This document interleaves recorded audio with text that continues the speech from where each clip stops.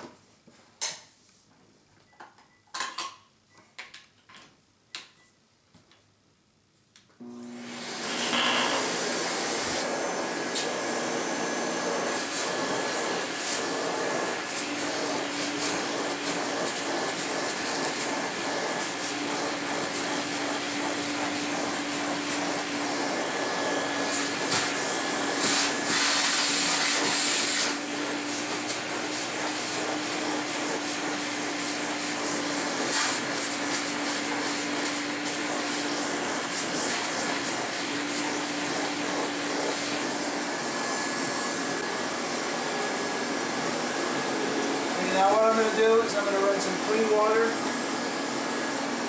through this hose right here. And take all that yuck out of there. And now we're all done.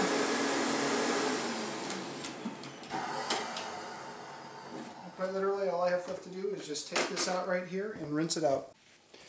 So now what we have here is just so simple, and that is the carpet that has not had any chemicals put in it, chemicals which are left behind which attract dirt and so forth. And so this is just a simple way when it happens, if you get pet urine on your carpet, if you get pet barf on your carpet, if the pets poop on the carpet and you need to get the spot up with this machine right here, you can just clean it up with water.